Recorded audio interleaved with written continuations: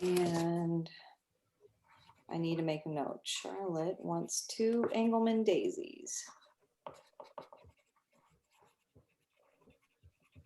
Okay. Yes, please. Okay, so welcome everybody. It's nice to have you all here tonight, and thank you for all these presenters that were willing to show up and do this with us. So this was kind of Peggy's brainchild, so I'm gonna give Peggy some credit for this. And of course, we all had to do our own celebrations of Earth Day last year, which kind of made me sad because it was the 50th anniversary and everything. So in honor of Earth Day, which I'm wearing my Earth Day shirt, in honor of Earth Day, we thought we would do this kind of forum and kind of let some of our members and community, whoever was here tonight, know a little bit more about some of these different organizations that are out there. So I need to open, let's see. There we go. All right, so I have Elizabeth Bowerman up first from CCCA, and I think I'll kind of let you introduce yourself a little bit. I know Elizabeth also wears a lot of hats, and we see her around in quite a few organizations. But CCCA is one of her big ones. So are you ready for your slides? Should I do that, or do you have something you want to start with? I am ready for a slide. All right, well, let's get these shared up. Boop, boop, boop, boop, share. And I'm going to do that. Purdy, huh? Okay, so I'm doing, okie doke. All right, so I know. So you go ahead and I will advance as you need. Okay, I'll give you some clues. It's been so much fun chatting with you all. It's been a long time. I've missed you. And I appreciate being included in the program tonight. I've been a member of this chapter for 18 years, I figured out. 18 years, although the new people don't even know me because I haven't been active in the past few years. But now that CCCA and Linheimer Nipsot are official partners, I'm hoping there'll be more opportunities for us to work together to keep our native plants and our habitats alive and well. How many of you had heard of CCCA before tonight's program announcement? Pretty much. Mickey, okay, good. Mickey too. Okay, good. Well, y'all may or may not know the background, but I'll give you a quick little background on it.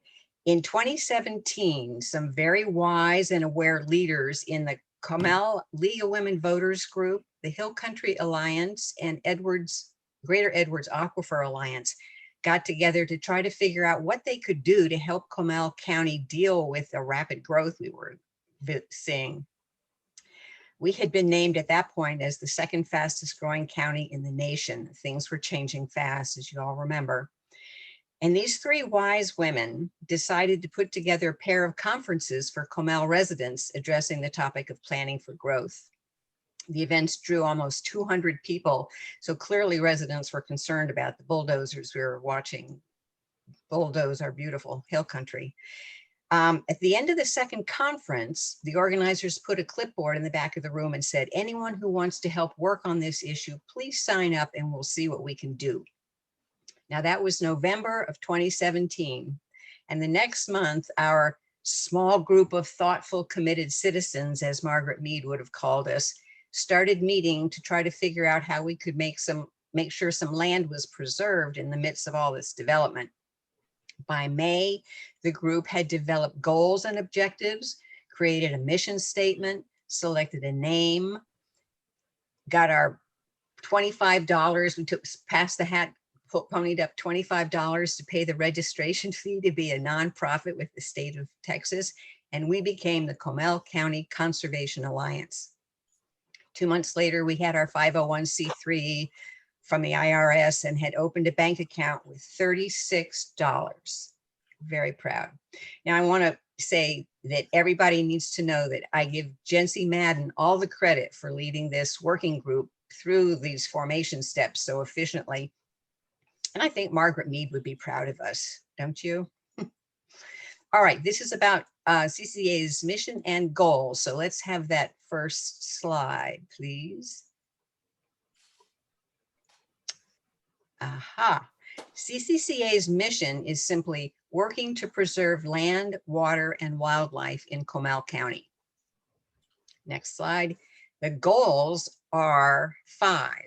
They are to preserve natural areas to protect for the purpose of protecting the water, the wildlife, rural heritage, and night skies. That's a new one we've added this year for future generations, so it's not all spoiled. Number 2, reduce flooding by preserving open space and critical watersheds. Increasing recreational opportunities and protecting our tourist economy by preserving healthy natural areas. We're all in it for the plants. You and I know that, but there are a lot of people in the community that depend on tourism economy, and we want to make sure they understand that land conservation protects their business as well. Number 4, broaden community support for funding land conservation in Comal County. It's one thing to want it, but if we don't have the money to buy land or purchase it from willing sellers, then it's not going to be preserved. And 5th, help families protect and preserve their land legacies. There are a lot of families around here who have owned land for 6 generations. They've had it since the Prince Holmes days, and they're very proud of it. But some of them are no longer able to afford the land, and they're not making what they used to be able to make from it. Property taxes go up, and a lot of them need some help to make sure they don't have to get desperate and sell out to a developer. All right, so those are our 5 goals, and you know what? Every single one of those goals supports native NIPSOT's efforts to protect native plant habitats, right? Every single one of them. So this gives us a pretty big agenda. And how is CCCA going to accomplish all that? This is clearly not a job for a 10-person board or even for our 40 very active volunteers. We like to say it's going to take a village. But everyone who enjoys and appreciates spending time in nature is part of this village. There's a quote Flo Oxley likes to repeat. A lot of you have probably heard it. It goes something like, people need to understand something in order to appreciate it, and they need to appreciate it in order to want to protect it. I'm sure you've all heard that before. And that's where CCCA decided to start.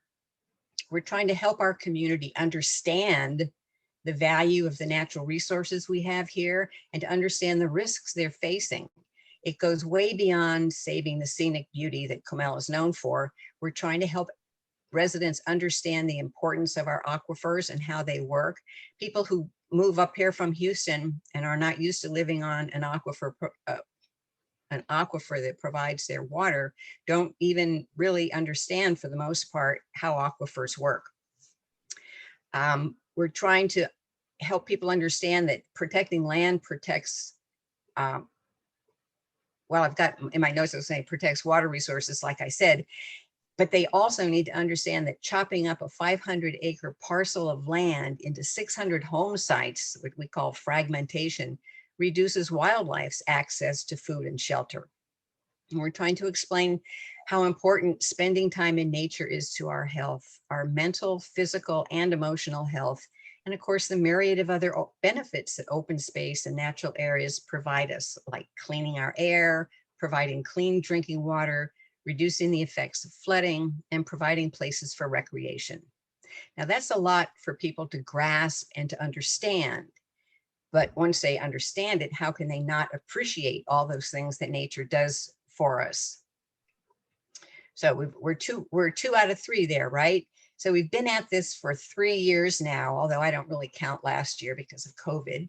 We still have a ways to go before we can accomplish the steps of actually protecting some land, water, and wildlife in the area.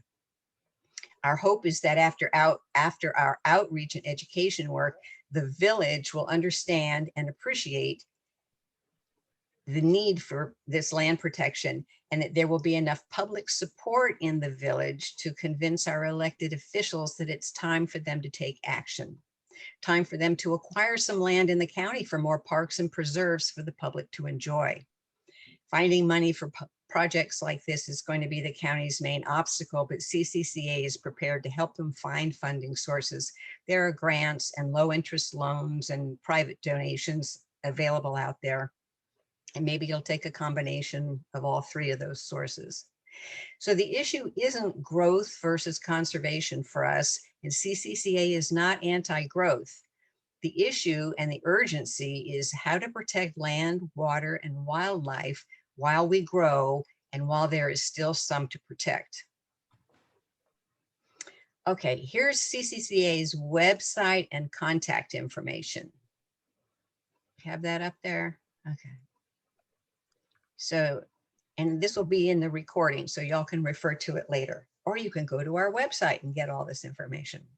And I encourage all of you to go to the website, sign up to be a friend of CCCA. We don't have memberships, we don't require fees, but sign up to be a friend of CCCA and help with this effort. You'll start getting our monthly newsletters and notices about our programs and events. We'd love to have you get involved. We're always looking for more volunteers. We can use your help at outreach tables, giving presentations to local groups, planning our workshops and seminars and other special programs.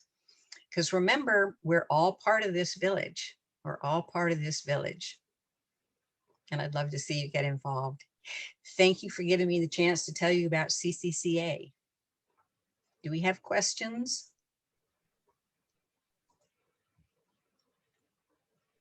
I told you everything you need to know, right? Oops. Thanks, Elizabeth. Elizabeth, are you trying to go mainly at the government of the county to acquire this land? Good question. The idea of preserving land, like I said, actually I didn't say it yet, but nobody, the government, nor CCCA or any other nonprofits or conservation groups can preserve any land that a willing landowner doesn't sell. So the idea is that as land comes on the market, which is becoming rare these days because the developers are not waiting for land to come on the market. Developers are knocking on doors and asking these landowners about offering them a deal they can't refuse, so to speak. But no, the idea of getting the county involved is that a lot of very generous grants are available for land protection by counties, and even more funding is available if the land that is in the project is designed to mitigate flooding, protect aquifers. We've got those two things down. There's a lot of flooding around here that protecting some land around creeks and streams would mitigate. But when you think about who can really get in there and provide land protection and also make it available to the public, that's when we put Comal County government on the list.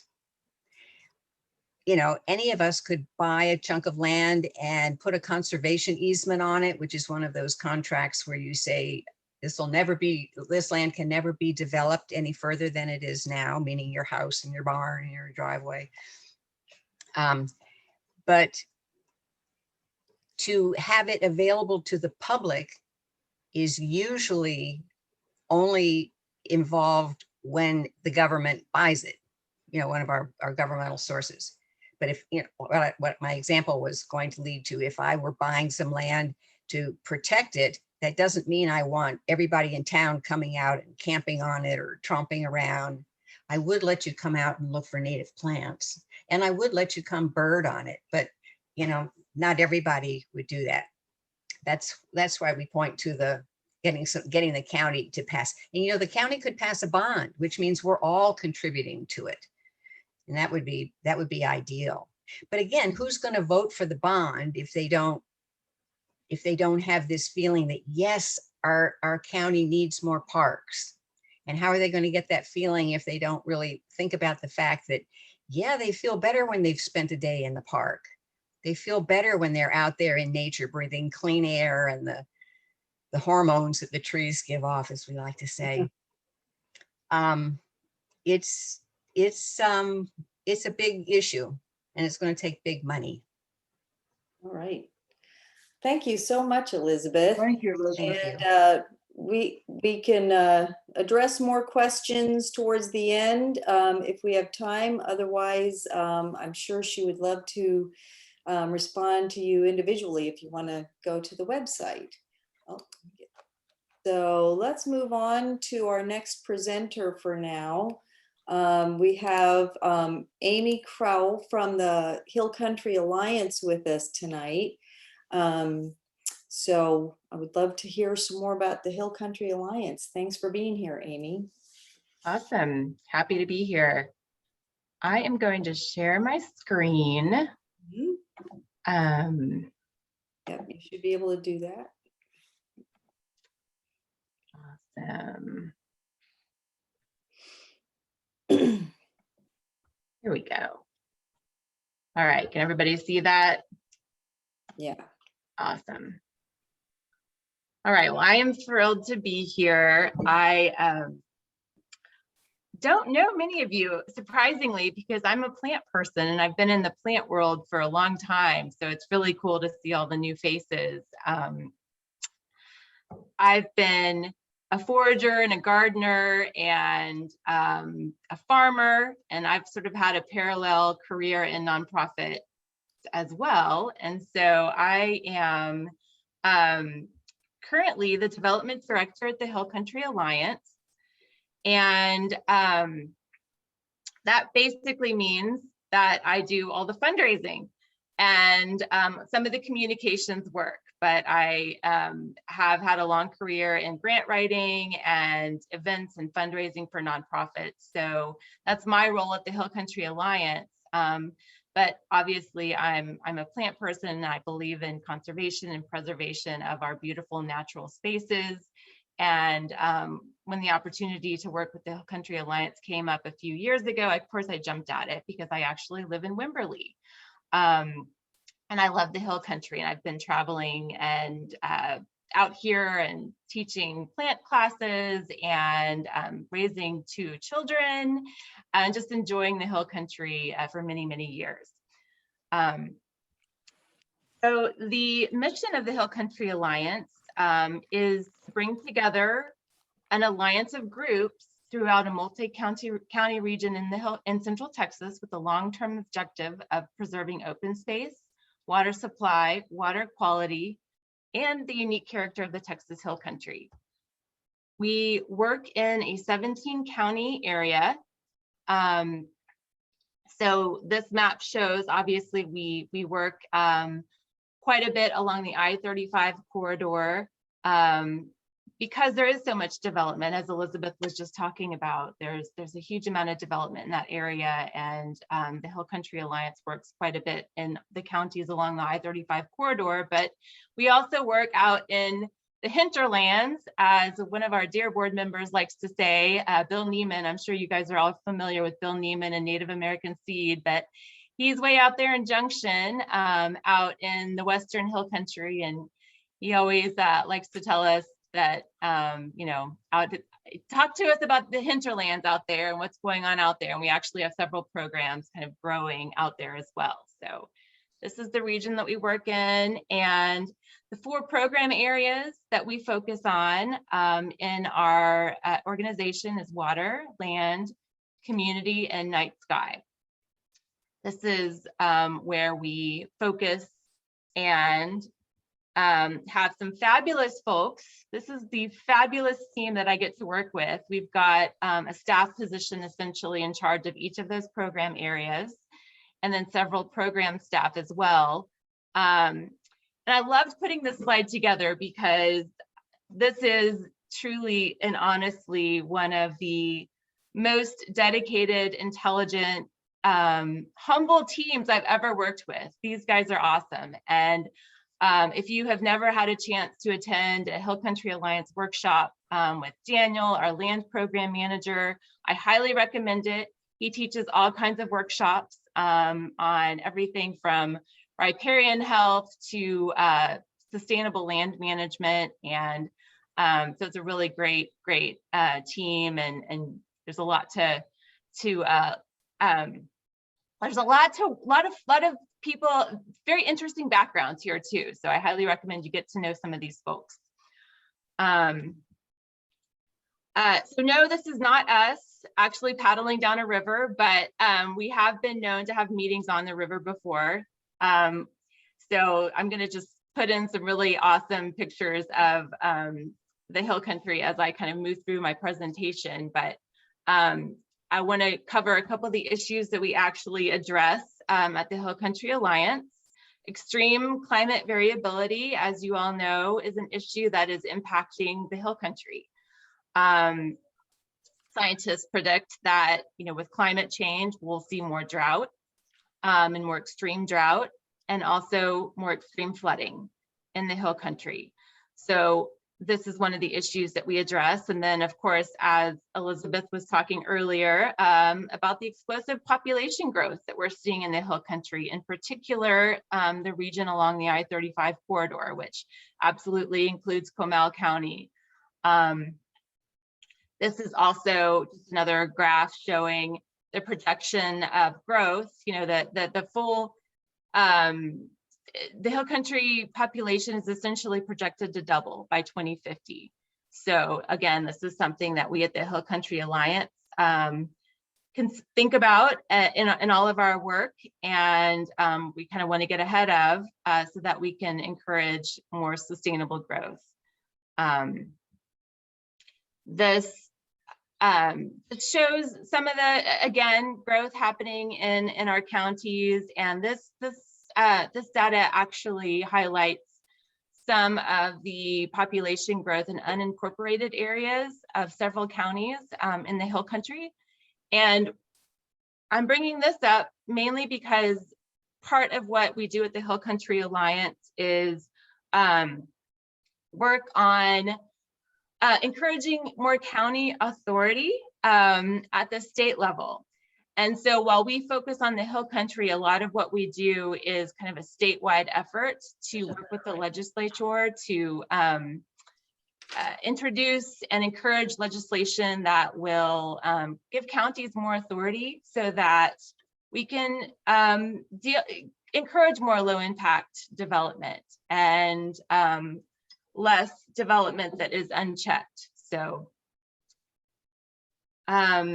so let me just, I'll work through each program area and talk a little bit more about what we do in each program area. In our land program, we obviously want to keep the hill country looking like this and preserving open space. This is a map that Elizabeth touched on earlier. This map shows the conservation lands that exist in the hill country. The green areas highlight where there are either conservation easements on private land or public land that has been set aside, such as state parks. And as you can see, there's not a whole lot, especially in the Western Hill Country. And of course, our organization would like to change that. We are very interested in working with different counties in the Hill Country to introduce the idea of bonds that would actually encourage citizens to set aside conservation land. This map shows that out of the 4 counties along the I-35 corridor, Comal County is actually the only one that has not actually put public funding for conservation lands on the ballot. And of course, we would love to work with Elizabeth and lots of other organizations in Comal County to change that. One of the most recent successes that we had as an alliance and a coalition of conservation organizations is a successful bond initiative in Hayes County, where we were able to get conservation lands on the ballot, and it passed, excuse me, by, I think, an overwhelming majority. About 80% of the voters did vote for the conservation bond initiative, and that is going to basically put $75 million into setting aside more conservation lands in Hayes County. So we're very excited about that. One of our more recent successes. My family just walked in the door from soccer practice, so excuse me while I say hello. So our water program is focused heavily on water quality and quantity in the Hill Country. We do have a new water program manager coming on in just a couple of weeks. We're really excited about that. We do address many water threats that the Hill Country is facing, including direct discharge. There are, with growth and development, obviously comes more threats to our water quality in the Hill Country. And so we do work with several smaller groups in the Hill Country to address discharge issues into the creeks and rivers. And then our community program, which I really think of as the core program for the Hill Country Alliance. It's all about bringing people together at meetings and at workshops so that we can all work together to preserve the land and the water and the community and the heritage of the Hill Country.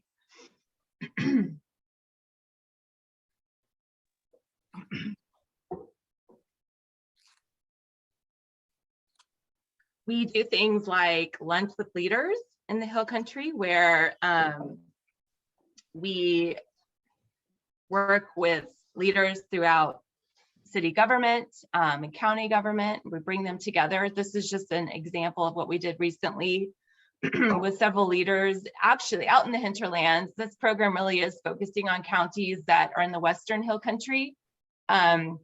But we're working with, mayors and just leaders in the communities to really come together and work on issues that they're addressing, whether it's direct discharge in a creek, conservation, other conservation issues. We are there to bring them together and help them kind of figure out what it is they need in their communities. And then of course, the night sky. This is one of our newer programs, and I love the Night Sky program. This is all about addressing light pollution. And this is a map of the US showing light pollution, and then we can kind of zone in on the Hill Country. Obviously, it's creeping out along with the development from the I-35 corridor. And so our Night Sky program really works, again, to support friends groups throughout the Hill Country that want to pass ordinances or form groups that just make people more aware of the night sky issues and light pollution and how they can kind of address that in their communities. I love this little cartoon. One of the easiest things any of us can do actually for preserving our night skies is install night sky friendly lighting. And this just shows that basically means rather than having your light pointing up to the sky, you point it down to the ground. So had to include that little spot in there. And then of course, last but not least, the Texas Hill Country Conservation Network. This is what we're all about. We're all about bringing organizations together to work together for a common cause. So this is the steering committee for the Hill Country Conservation Network. And of course, we're a network of more than just these organizations. We get together several times a year and are working collectively together on things like the bond initiative and other projects throughout the Hill Country. So I believe that's it. So just to get involved, you can visit our website, subscribe to our newsletter. We've got a great newsletter, and like us on Facebook, donate, of course, and just get involved locally. And like I said, the folks that I showed earlier in the PowerPoint presentation are really amazing and are really there to help you if you have ideas or projects or even workshop ideas that you would like to see happen in your community. So, and I apologize, I'm having like a serious frog in my throat. So sorry about that, but I can answer any questions, hopefully.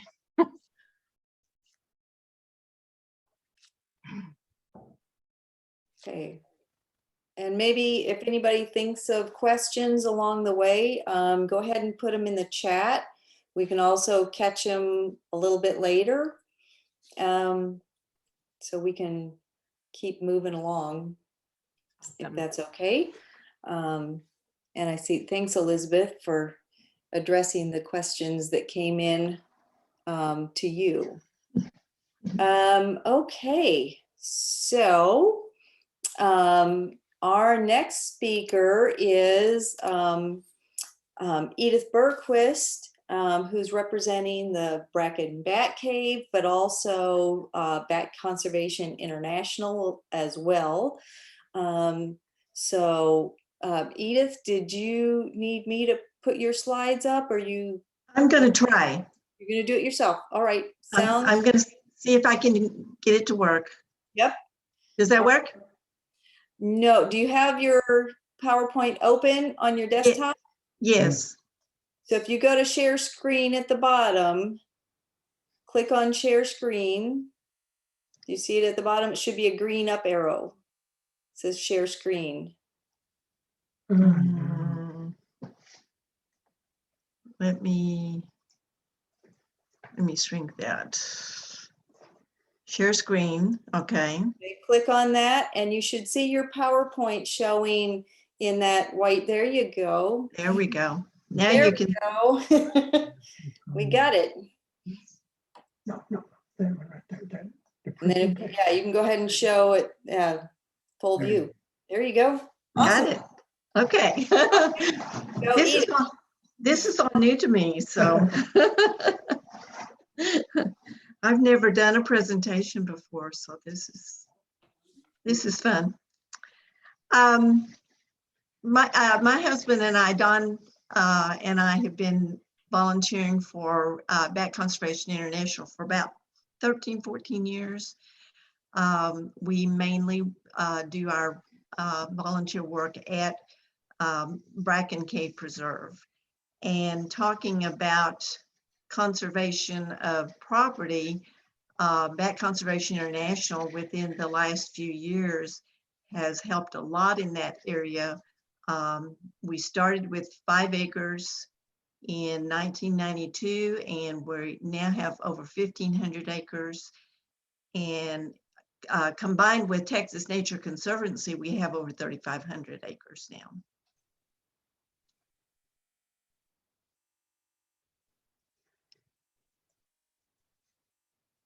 Okay, BCI's mission, BCI is a worldwide organization, and our mission is to conserve the world's bats and their ecosystems to ensure a healthy planet. This just simply means that we're trying to end bat extinctions worldwide. Worldwide right now, we have more than 200 bat species in 60 countries around the world that are considered threatened. When you think about 1,441 species worldwide, that's a lot of species that are endangered. Bats, along with bees, they're really essential to our natural world. These are just some highlights of what we've been doing, and then I'll, as I move through this, we'll get down to what we do locally. We have 3 categories of things that the bats help us with. The insect-eating bats are the natural green alternative to pest control. They saved U.S. farmers $23 billion annually in pesticides and reduced crop damage. The fruit-eating bats spread seed over large areas, replenishing plants and trees, and 95% of the rainforest regrowth is due to bats. That is just amazing to me. The nectar-eating bats, or drinking bats, pollinate more than 500 plants, and many of those we're familiar with. We use them every day, but we probably have never thought about the bats being involved. It includes bananas, mangoes, peaches, durian, cloves, carob, balsa wood, and agave, which is, of course, very important for those that like tequila. Bracken Bat Cave. Now, this is the place where we do our volunteer work. It's owned and protected by Bat Conservation International. It's the home of the largest bat colony in the world. We have somewhere over 15 million bats during our season from March through October, November. Bracken is a maternity colony, which means that we have pregnant mothers that come from Mexico early in March. Somewhere around the 1st to mid-June, they have their babies. July, the babies are flying because this is a very warm cave, so the babies grow very quickly. By mid-July, they're flying, and by mid-August, they're on their own. So that means these bats really grow very quickly. Some of the things that we're involved with right now, we have bat flights for members and also for the public. We're going to have more public nights this year than we've had in the past. They will be not as, they'll be cut back a little bit because of the pandemic, but batcon.org is the website where you can go and sign up for either a members night or a public night to come out and see our bat flights. This is one of our nights when we use a lot of our volunteers. We also are involved with the City Nature Challenge Bio Blitz. This is actually our 3rd year. The first year was just the very beginning.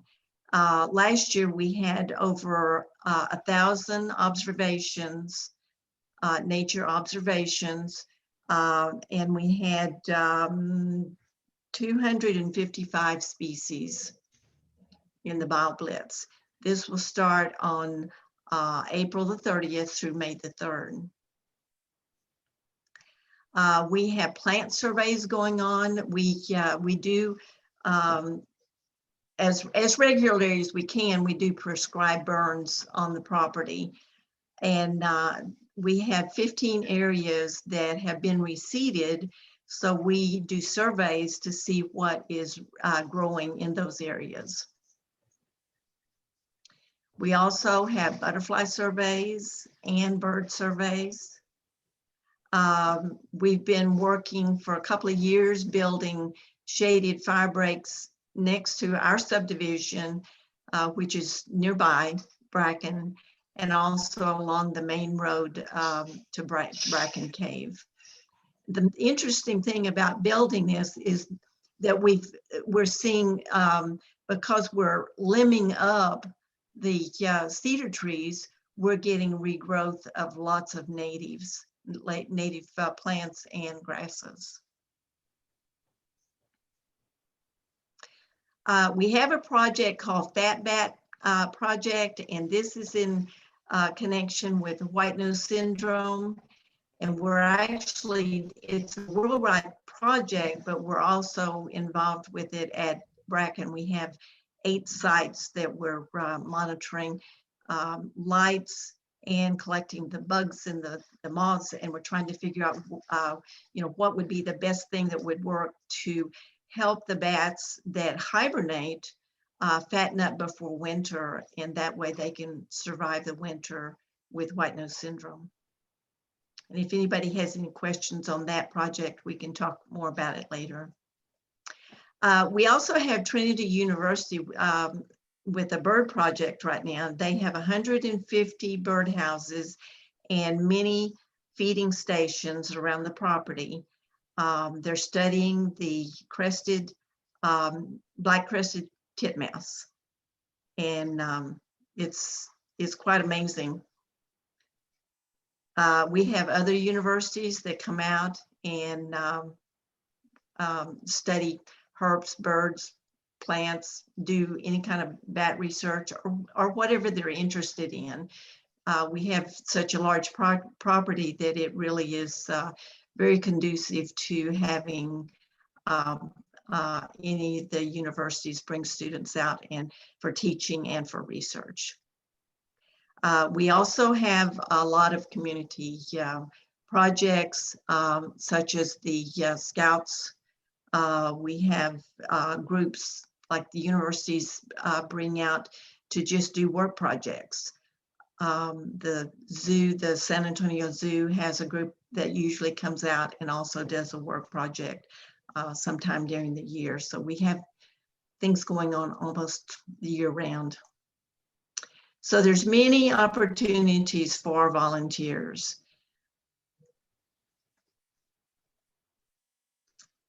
And if you have any questions about any of our projects or what we're doing, just let me know. I coordinate most of the volunteer projects. And Yes. Debbie has I didn't put my email address on here, but Debbie has my email address if anybody is interested. Yep. If anybody has any questions, you're welcome to email me as well. Well, thank you so much, Edith. At the top of your screen, you have a red button that says stop share. Got it. Thank you. Awesome. There we go. Fantastic. Wow, we're doing great. Wow. Okay, so next up is Lauren Strack from Headwaters at the Comal. So we're really pleased to have you with us tonight. Lauren, thank you so much. I will let you take over. Well, thank you. I'm gonna share my screen here.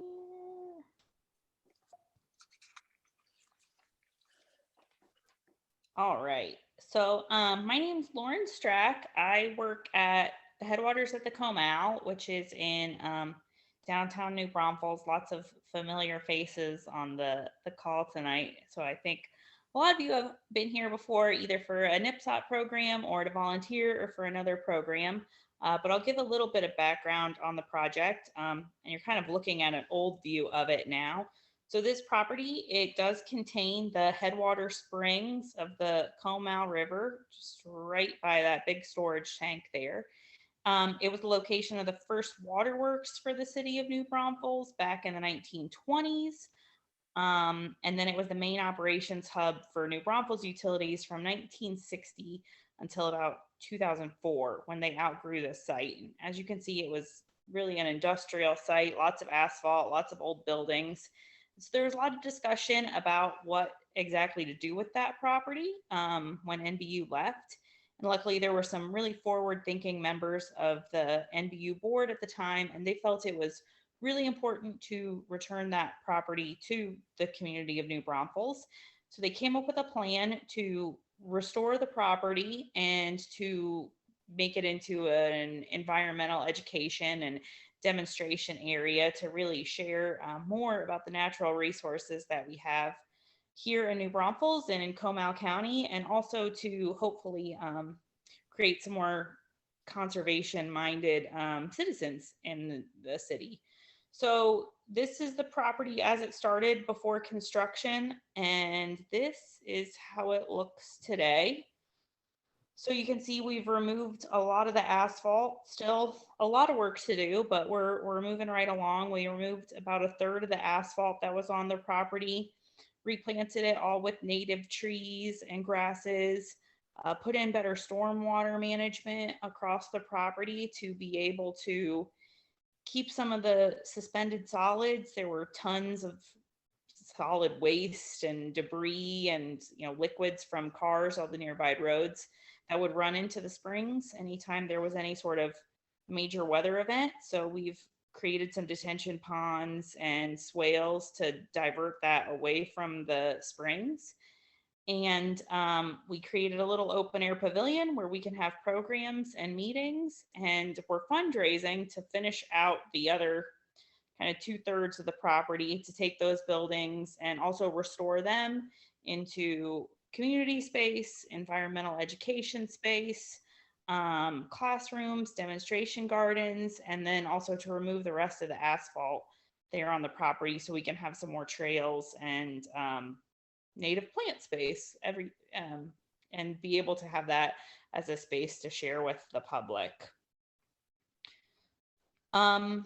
the mission of the Headwaters, I kind of touched on, it's strengthening the relationship between the community and nature by showcasing the significance of the Comal Springs. I think everybody moves to the hill country, and particularly New Braunfels, because they love the rivers and the recreation opportunities that we have in the hill country. And so a big part of the Headwaters is to get people to understand that these springs that they love and that they enjoy, they're actually the second largest springs in the entire United States, the largest in the whole Southwest. So it's a very significant and special spring system, and we all have to work together to protect it and conserve it for ourselves and for future generations.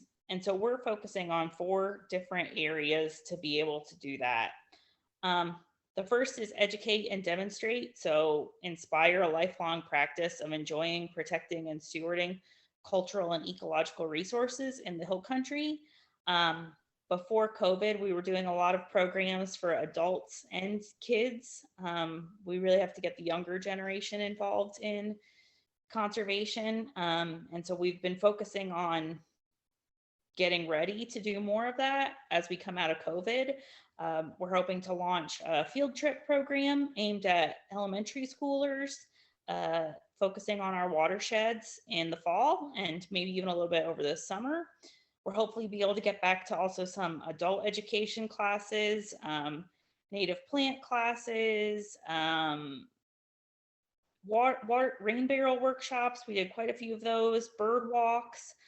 We just brought a new full-time intern on who has a lot of interest in compost and also propagation. So we're hoping that he can lead some classes about those 2 topics too for adult education to again create better stewards of the environment in New Braunfels. And then we also hope that we can get residents out to the Headwaters and see what a native landscape can really look like, and that it can be done without irrigation.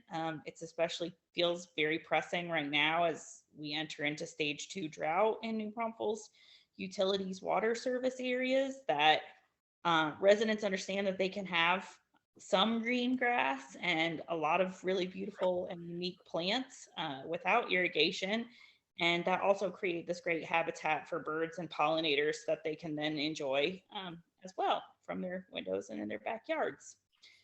So that's kind of the educate and demonstrate piece. Protect and conserve to ensure the protection and conservation of the Comal Springs and the Comal River system. It's pretty incredible that somebody made the decision, especially in New Braunfels, to conserve this piece of property and to restore it. And we take our job as steward of this property really seriously. And I know the staff feels that way, and also all the volunteers that come out and help us do the work. We feel really lucky to be able to come and help preserve these precious springs. And it feels more pressing all the time as we go into drought. You can really see the change in the springs and kind of feel some of the pressure that they're going through. So it's special to be able to help with that part of the mission. Create community, provide an innovative nature-oriented gathering and meeting space. I think everybody learned over the past year during the pandemic how important green space and being outside and being in nature is to one's mental health. And we want to be a place where people can come and get outside. As a couple of groups touched on, there isn't a lot of green space that's accessible to people. And so we want to be a place that's accessible to people. And we want it to be a place where people can come and get connected to nature and the outdoors and natural resources in whatever way is comfortable for them. So some people, it might be taking a native plant landscaping class or doing volunteer work at Headwaters. For other people, it's just using the space for meetings. And then for others, it might be something like a yoga class, which we're hosting every Thursday. We've got yoga at noon. We'll see how long that into the summer that lasts, but we'll hopefully find another time for it. And maybe it's even art classes. We've built some connections with the Art League in New Braunfels. So just a place for the community to be able to come out and get connected with nature. And finally, the fourth piece is being a partner in research. So conduct research that allows for exploration and discovery of this new site. We have started a research partnership program. We're hoping that we can get connected with local universities, students and professors that need a place to research maybe the endangered species that that live here. Could be how the restoration work has affected the site over the last 3 or 4 years. But even included in that partnership piece, we hope to really build our citizen science capabilities and connections. I mentioned our new intern, his name's Jack, and hopefully you'll all meet him soon. He has a lot of interest in iNaturalist, and so we're hoping that he can really grow the citizen science piece of our project. So there are lots of ways for people to get involved. Come out and enjoy a program. Come out and walk around. We're open pretty much to Monday through Saturday for people to come and walk around and enjoy the trails and read about the project. We have our annual Earth Day celebration coming up this Saturday from 10 a.m. to 2 p.m. So we'll be open for people to walk around. We'll have some plant giveaways, some take-home kits with little vegetable planters for people to enjoy. And then also a number of local nonprofits will be out talking about conservation in the community, just hoping to get people again more connected with natural resources and ways that they can get involved with those in Comal County and New Braunfels. I know CCCA will be there and BCI will be out there and the Master Naturalists. So that'll be a really fun day. And we are following COVID protocols. So we're limiting capacity and asking people to sign up for specific times so we don't get overwhelmed with everybody coming right at one time.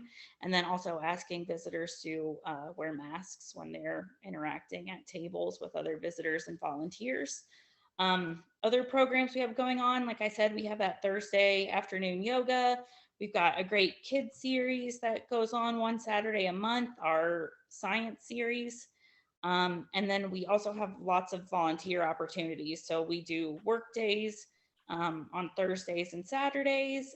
We're also going to do some education and outreach training to get volunteers to help us with those upcoming field trips. And so those are some fun ways to get involved. And then also, I always want to make sure everybody, knows, and you guys are coming out for your meeting in June. And I think my cat's trying to hop in on the call right now, as always. But the Pavilion is available for local nonprofits to use if you need a meeting space. If you know of anybody that needs a meeting space in our outdoor pavilion, we're glad to share that with people. Especially, I know space is limited in New Braunfels, and especially outdoor space, which has been so important in the past year. So please refer them to our website, refer them to our general or my email address. I think probably most of you have it. If not, I'm happy to share it because we want people to come out and have a place where they can meet and enjoy the outdoors and come and see the headwaters. So it's kind of a quick overview, but our website has lots of great resources. Also follow us on Facebook and Instagram if you don't already. Sign up for our newsletter. We always try and share pieces of information with our newsletter subscribers and then also our Facebook followers, just to let them know about conservation issues and topics in town. So if you have an event coming up that you want to share with a wider audience, please feel free to send that to me and I'd be glad to share it. And if you have any questions, just feel free to drop them in the chat. All right. Thank you so much, Lauren. I appreciate it. It's a great site that you have there. All right. So we still have a couple speakers left. So from AgriLife, we have Lauren Shumacher, and We haven't had a chance to meet in person yet, although I know we've emailed a few times, and so I'm interested to hear what you all have going on out at AgriLife right now. So if you want to go ahead and share with us what's going on there. Hi everyone, Lauren Shumacher here. I do work for AgriLife. I'm the program assistant. I apologize, I did not put a cute PowerPoint together, so it's just me talking about what we do, or more of what I do on a daily basis is what I put together. So what I do for Texas A&M AgriLife Extension Service of Comal County is I service the county for education outreach and community enrichment opportunities, curriculum enrichment. And so we do that through several programs. One of the main ones that I've been working on a lot lately is our Hatching in the Classroom. And this one's really neat because I get to go into the classroom, and these kids, any age from pre-K to seniors in high school, can sign up via their teacher, and they get everything they need to hatch chickens in their classroom. So they get an incubator. I drop off eggs today, actually, to 6 different schools. And they learn about the life cycles of a chicken. I go into the classroom a couple of times within that 21-day period, and I candle the eggs. If you're not familiar with candling, that's where you hold a light up to the egg and you can see the embryo growing inside of it. And sometimes you can actually see them moving, and the kids really love it. It's amazing. We talk about different colors of eggs, different types of chickens, if they want to talk about that. It teaches them how to take care of an animal, because they do take care of them for about a week after they hatch. They get to watch them hatch sometimes, if they catch it at the right time, and just kind of know how to take care of an animal in that circumstance, in that agricultural way. Another main one we do is our youth gardens. And right now I have a demo garden out at the AgriLife Center, and I've been making videos of a demo garden that it looks exactly like a garden should at their school. And so every week I've been posting a video about how to do certain things with your garden. We started from the fresh part of amending your garden and getting it ready to plant, all the way up to planting, fertilizing, adding mulch, compost before that mulch, of course, and different types of plants, parts of plants that you can eat,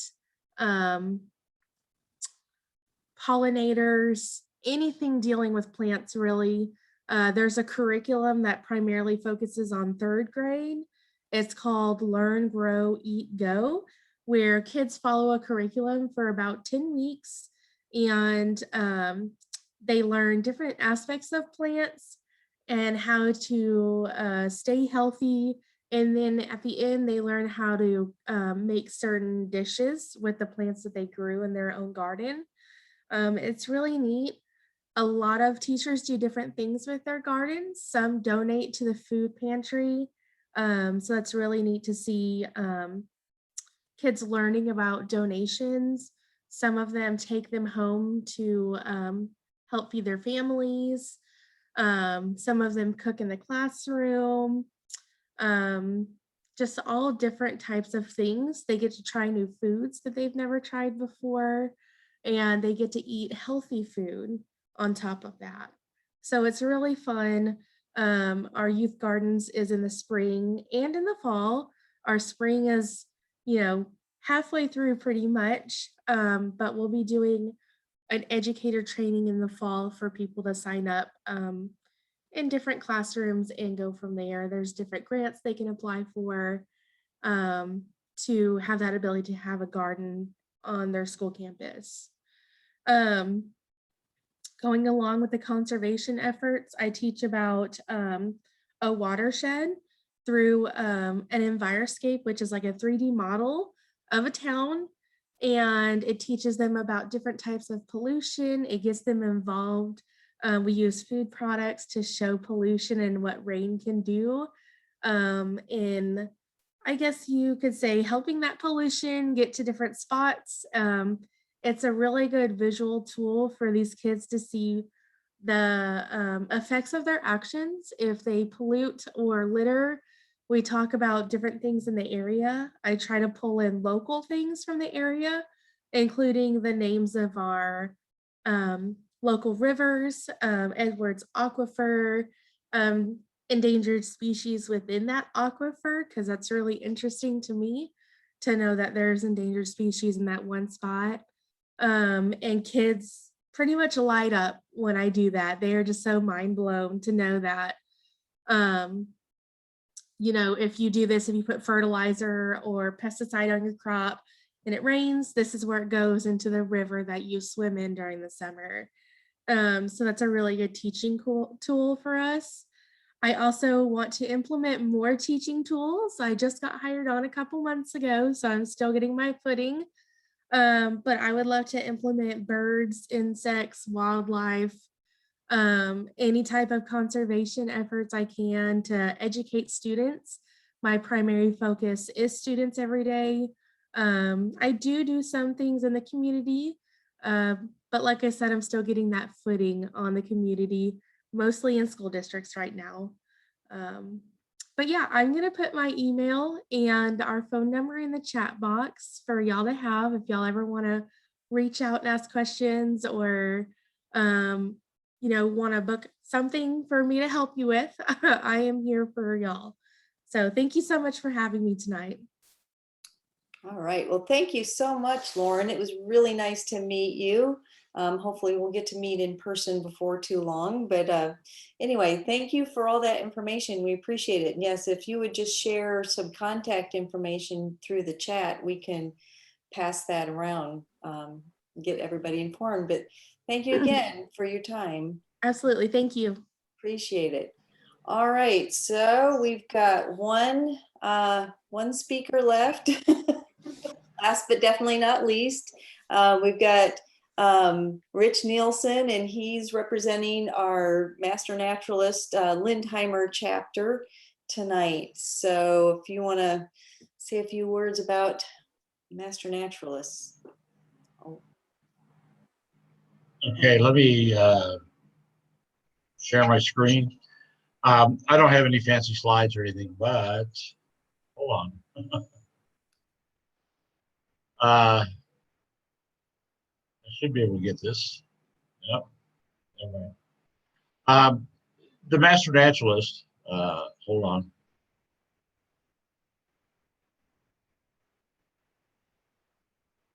Allow, right? No, I don't have it yet. Do you have it? Is it open on your desktop? I've got this open. Is that what are you seeing my No. Master? Okay, hold on.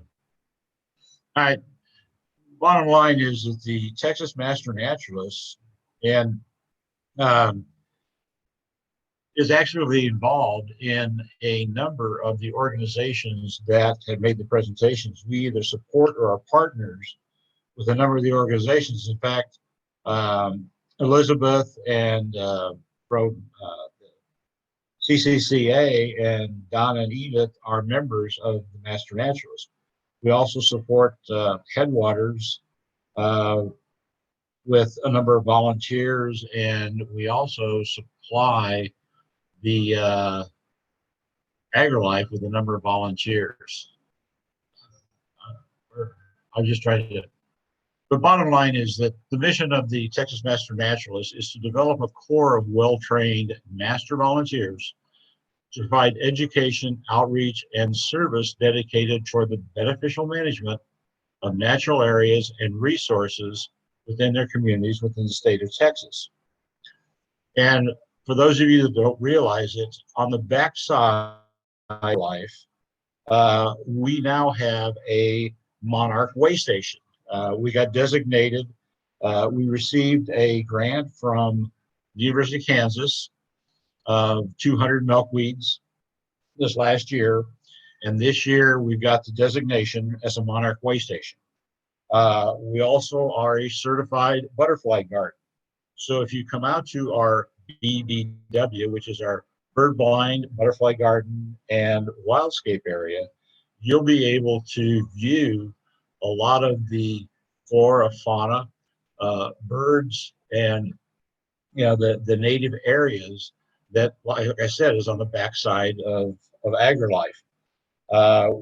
There's a number of other organizations we participate with at the Gorge, and at Headwaters, and at BCI. In fact, last night, Evelyn and I were out at BCI observing the bats coming and going, and it was a fantastic, and I'll say, emergence.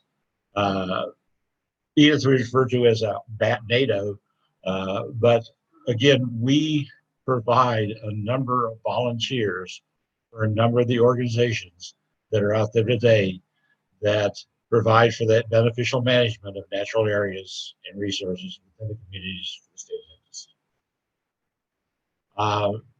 That's, unless anyone has any questions, I don't want to belabor this. I came on 10 minutes late anyway, but if anybody has any questions, leave them in the chats. Okay, thanks a bunch, Rich. I appreciate that you're here tonight.